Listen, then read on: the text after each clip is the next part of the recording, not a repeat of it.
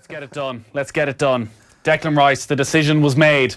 The email came in and initially I went, oh, Declan Rice declaring for Ireland, brilliant. And then I reread it again quite quickly and realised well, just think on the positive side that we're never going to have to talk about this particular I didn't think we'd have to talk about it today. Related to Declan Rice on a Saturday again. Unfortunately, maybe another player comes along that we end up having the same discussion. Well, that is part of the greater discussion, that every time this type of discussion happens, it's a Declan Rice, a Jack Grealish, a James McCarthy, not somebody who's actually come through our system. Well, and there's going to be paranoia around the next around everybody now, you know, off the basis of a couple of examples that you mentioned. So we spoke about this during the week, just briefly, on a couple of occasions. Let's hear firstly what Kevin Kilbane had to say about the farce of the entire situation. I've been in there, and I can tell you now, every one of the players, when I was part of that squad, when you had a lad come in, no, I might hang fire on that, were pissed off at it. Every single one of them that were in the... I've been in there, and I can tell you now, every one of the players, when I was part of that squad, when you had a lad come in, no, I might hang fire on that, were pissed off at it. Every single one of them that were in the squad. And I doubt it's changed.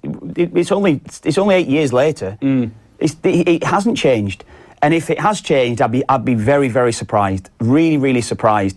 That as soon as Declan Rice has turned down the chance to go and play alongside those players, that he would be welcomed back 100% within that side. Because in the back of your mind, you've got someone who was willing to jump ship. That's what it is. And he has jumped ship now, thanks very much. On you go. I've got no problem. Everyone thinks that there's no problem in my mind, for him declaring for England. I couldn't give a toss about that. I really couldn't. It's no issue to me, that. But the problem being is that he has, as you say, used the shirt, auditioned for better things by playing for us. And yeah, under 21s, I understand it to an extent, maybe at 18s, 19s, or whatever it would be. But when you're getting on the 21 level, you know, certainly when you get into senior level, it shouldn't even be. You shouldn't even be talked about. That's it. The rule has to change. Simply has to change in my mind, because it's a farce. Kevin Kilbane consistently strong in his views on the Declan Rice situation. Let's hear from John Giles with a slightly different take on it. You got to keep taking your chances, but when you get your chance, you got to take it, Nathan. We had a chance with Rice. We had a chance to qualify him. And we didn't do it. So 18 months ago, we should have... case altogether. But you can't stop looking for outstanding players that qualify for us because these two incidents have happened. You've got to keep at it. You've got to keep going for the best, and hopefully that'll turn out in your favour. You can't force it. You can't make them do it. But if it's there for the taking, then you've got to take it as quickly as you possibly can. And if that means putting them on for a minute at the end of a competitive international, yes, so be it. Yes. And he's qualified for it. And then there wouldn't have been any fuss. If he had qualified at that time for us, Rice, and he really enjoyed it, he enjoyed the 3 matches playing for us, that was the end of the story. The only thing that happened after that is we didn't qualify him, so Southgate came into the picture, and other influences came into the picture. But if it happened at the time and Rice had qualified for us, he was as happy as Larry, that would have been it. Gary, we've spoken to you during the week on a couple of occasions about this, and your views are clear. I think they're very much in line with what Kevin thought about the entire situation. Just on what John Giles was saying there, like, it's a cynical game at this stage, and maybe we need to be cynical as everybody else and say to young players that if they come over, we may well put you on for a minute at the end of the game that will tie you down for the rest of your career, and if you're not happy with that, don't come into the squad. Listen, even a word in tie you down and stuff like that. And Johnny Giles, iconic player, but he's contradicted himself there. We had a chance to qualify him, and in the next breath he says, you can't force him. Well, if you'd have tried to qualify him then, you are forcing him.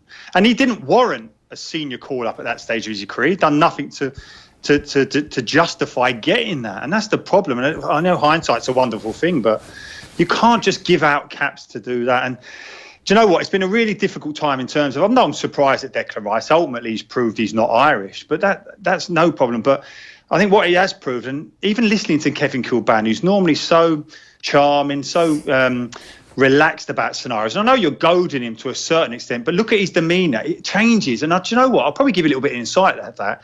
Because the likes of me and Kev have had this plastic paddy title, having to fight all the time when we're clearly, in our minds, we've always been Irish. There's no decision to make. People say, well, Gary, Kevin, it was an easy decision. There's no decision. Like it wouldn't have been a decision for you, Nathan. Yeah, there was no decision. And then this is what really frustrates me as well. Is that even my old teammates now are coming out with the line country of birth. Well, listen, it's his country of birth. So, well, I wasn't born in Ireland, but still, and this is something I've got to deal with now, is that subconsciously, consciously, a lot of Irish people probably don't consider me Irish. It's been proved on this whole argument. And you can't say though that you can't say that Declan Rice isn't Irish, because nationality and identity is a very, very complex thing, and there's no black or white answer to this. It's like we've a lot of issues around national identity, particularly in the north now, because the issue of United Ireland has been raised. A lot of people in the north, particularly obviously of Protestant background, would consider themselves having dual nationality. Declan Rice, I'm sure, considers himself Irish and considers himself English, and has chosen England because he's playing for a better team and he's going to make more money, basically. But it's not that he's not Irish. It's just he. Well, he's not. Listen, Johnny, I know about the cosmopolitan nature. I've lived in London, so I don't know anyone have to come to me about dual nationality. I grew up with a tight bunch of friends. One's from Ghana, one's from Malta, one's from Scotland, blah blah blah. So, but they all identify with being from London. He's from London. But if you to say to them what country, what nationality you are, he has clearly said, I'm a proud Englishman. Now, I'm not dismissing the affiliation that he says and the affection that he has for Ireland. There's no doubt about that. That is not in question whatsoever. But he's not Irish. If you say you're a proud Englishman, then you can't be called an Irishman. I can't agree with that. Just because the English-Irish history of 800 years, blah blah blah blah. Like of course you can be both, and there are a lot of my cousins would consider themselves both. You can be Irish and you can be English. We probably have more in common with English people than nearly any other race. Anyway, I can't agree with Gary on that. I think. Listen, it is a big debate. Of course it is, and this is why it's so highly charged in terms of it. But the statement is, listen, I'm not dismissing his Irish heritage. Of course I'm not. No doubt about it. I grew up with lads who had the same upbringing as me in London and considered themselves English. That's their mindset. So I have no argument with that. I have no argument in terms of the decision that Declan's come to. My massive argument and the whole basis is the fact that he should have made this decision prior to playing that senior games for Ireland. That's the whole issue. And this dual nationality, I totally agree with you. You can be both. It's such a cosmopolitan world now. It's more fluid in terms of nationality than it's ever been. But if you're telling me, do I believe that Declan Rice considers himself Irish? Then no, I don't. No, and to be honest, I never, in any of this, believe that Declan Rice considers himself Irish in the way that Gary does or the way that Kevin Kilbane does. No. I always just believe that he had a heritage that was there that he was going to tap into, and we hoped that he would remain tapped into that and maybe would somehow ignore England for as long as possible. But what you're saying, we all have friends who live in England who consider themselves Irish, whose kids have been raised as English and will have some sort of a connection with this country. But this is international sport. And the entire attraction of international sport is pride in the jersey. And regardless of your beliefs in nationalism or anything else, when Ireland are playing in a World Cup qualifier or in a major tournament, you're getting behind the green jersey, and you want people who believe in that jersey to be wearing it. Well, he's shown a deficiency of character to do what he's done, in my view, because certainly, if I were in his position, there's no way I'd just change because I got a more attractive offer after basically giving my loyalty to Ireland, who, in fairness to Ireland as well, Ireland dealt with this situation quite well. They didn't make it a kind of an easy moral decision for him to do that. So the funny thing about the Rice situation is I've disagreed with Kevin Kilbane all along about this, but I had every sympathy for Declan Rice until he actually chose that he was going to play for England, if that makes sense. And now that he has, it's maybe coloured my judgment a bit, but personally, and I think the three of us would be the same on this, if we were in his situation, regardless of what the country was, I couldn't just abandon the other country after 3 caps, but he's done it, and we have to get on with things.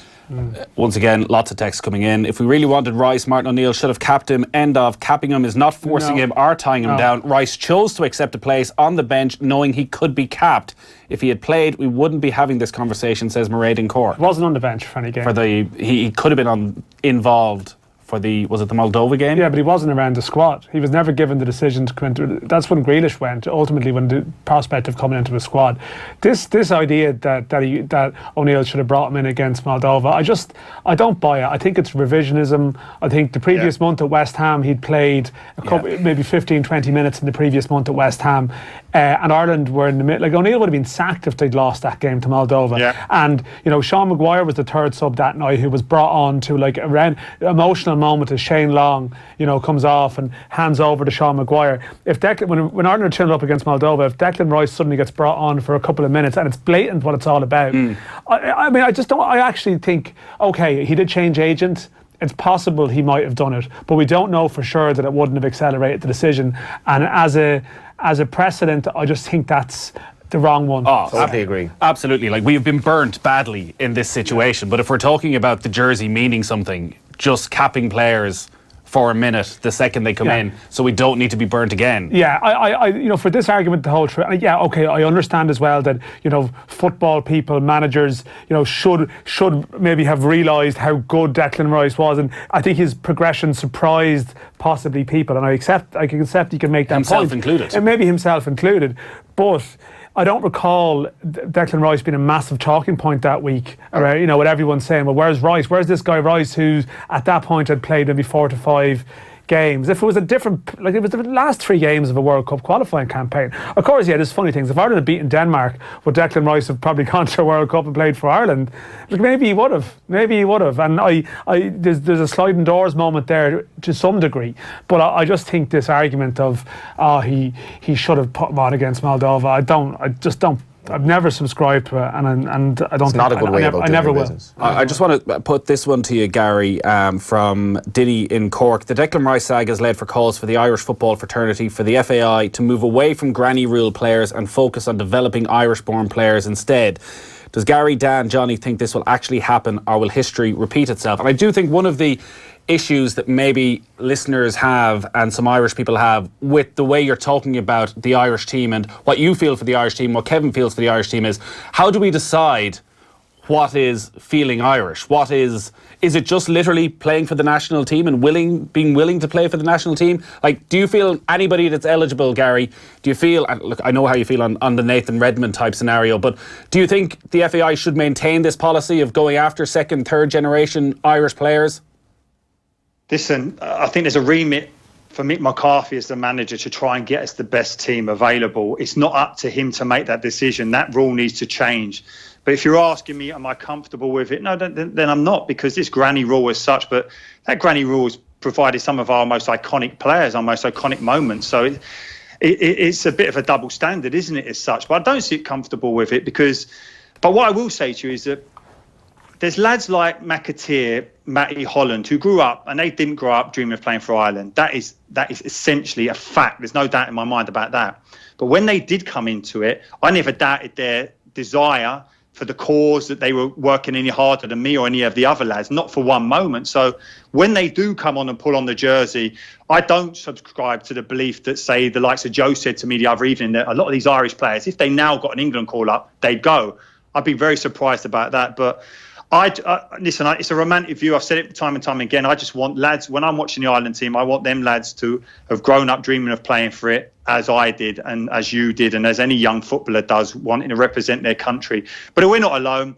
We're seeing it in all international sport. Keep referencing Owen Morgan's captain of England cricket team. The rugby union, the fluidity of people playing for different countries is an absolute nonsense. But those are the rules. If you're asking me, should the FAI now adopt a stand to say, no, we won't do that, it would be to our detriment as a team, no doubt. I guess in fairness to Owen Morgan, was that not a slightly different scenario in that Ireland simply didn't play he wanted to play test county cricket, so that the only way he could ever actually play test cricket was to play for England? Yeah, I think that's obviously that's now they're changing. a test nation now, you see. That's what I mean. If he'd come running back straight away, I would have been like, yeah, fair enough. That was a professional. That was like a job decision, in the sense that, like, obviously he was going to be like. I think Irish cricket fans appreciate that Morgan made that for a career choice, like you would. And we shouldn't divorce the fact that this is a career decision. Irish cricket fans are probably quite, Declan Rice has made a career decision, Gary. Like, that's the point. He's made a career decision, and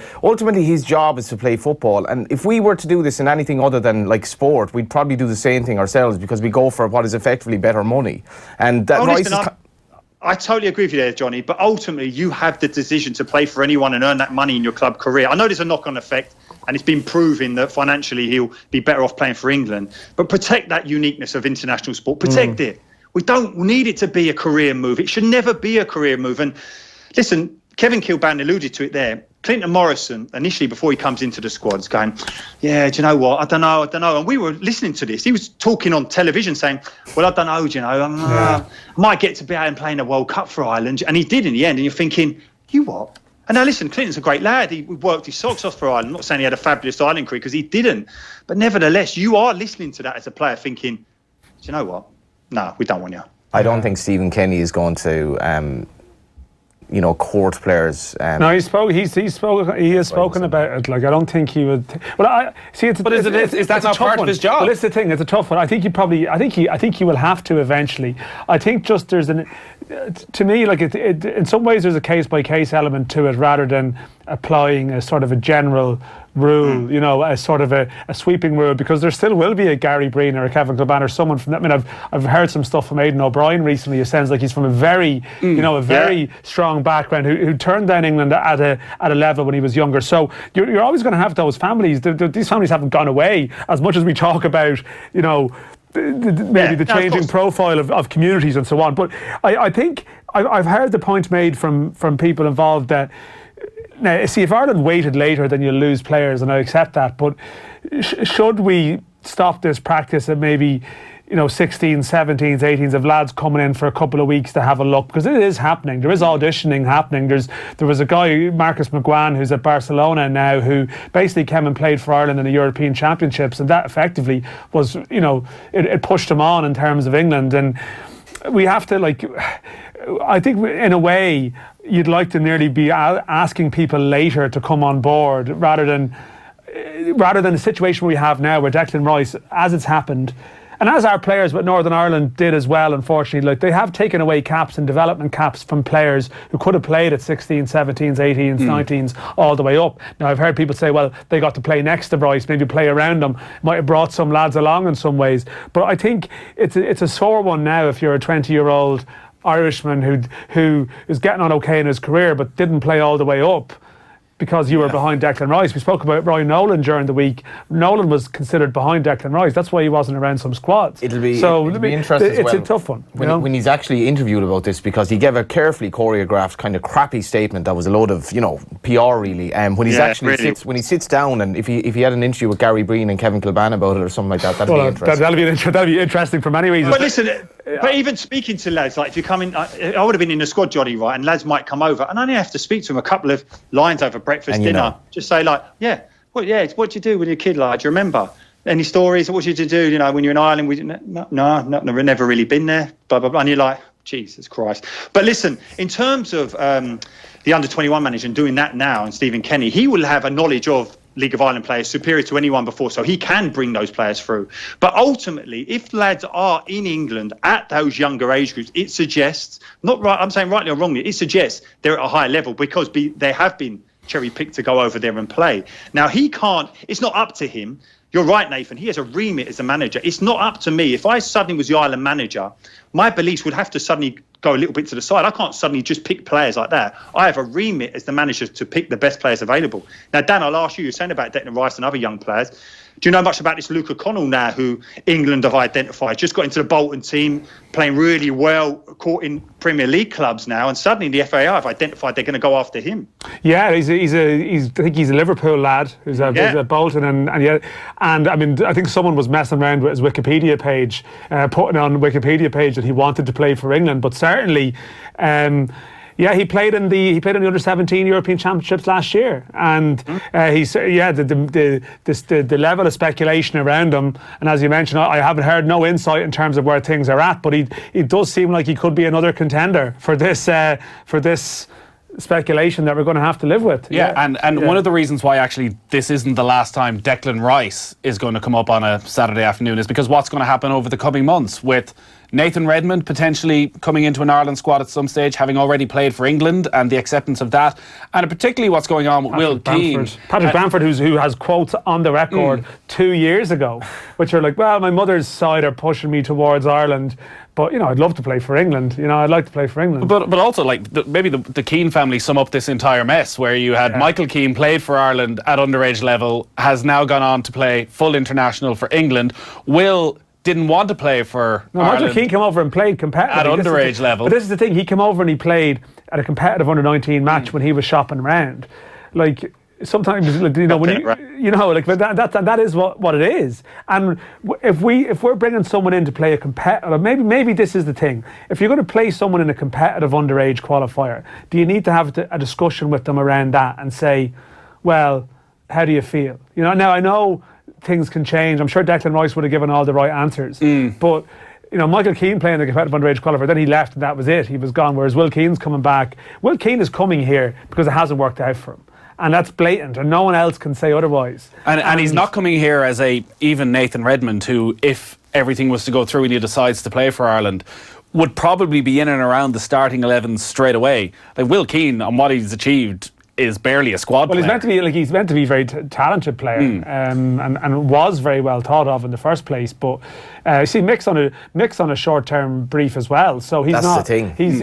He's not here to lay the seeds for the future. But as a fan as well, like we've had so many years of mundanity at this stage. If Nathan Redmond comes in and he bangs in a goal straight away, nobody cares, ultimately. Well, I guess that's the point when you go back to Clinton Morrison there, Gary, and the frustration. Maybe Gary does. No, I know. But people do care. I do care. Yeah, people do care. With England, he's no listen, he has the affection for Ireland. I'm not doubting that, but he is an England player. I think we all agree with that. We absolutely all agree with that. What I'm wondering is, if it happens and we're over in Denmark in June and Nathan Redmond bangs in the winner, you're still celebrating. I'm celebrating. I cheer the shirt. There's no doubt about that. Listen, there's lads like Kieran Clark who's played for the underage groups. Callum Robinson's played over 30 games for underage England. If he scores a goal, I'll cheer him on, as I did as a player, in terms of embracing them. But that doesn't mean that I suddenly think, oh, you're Irish. Come on. Yeah. Definitely, there is a lot of people that care. There's a lot of Irish-born footballers on the fringes of the squad, who definitely care. You know, they care pretty strongly about this. Would you ultimately, like, if Nathan Redmond comes in and we don't have a striker at the moment, really? Well, he's not really. Yeah, but no, he's an attacking player. No, but it's probably not a fair argument because I don't agree that Nathan Redmond should be playing for Ireland in any way. He's played for England. He's played for England at underage level. He's never shown any indication. He's only playing for Ireland because he's since basically been rejected by England. But am I going to stop going to the matches because Nathan Redmond's playing for Ireland? No. And the argument would be, well, if Ireland qualify for a tournament because of him, that inspires the next generation. But he's also Irish. Like, he's Irish blood. He's not like one of the rugby players who clearly just came over here and because of the 5-year rule or whatever. He's actually Irish blood, and sometimes sloppy seconds can work out.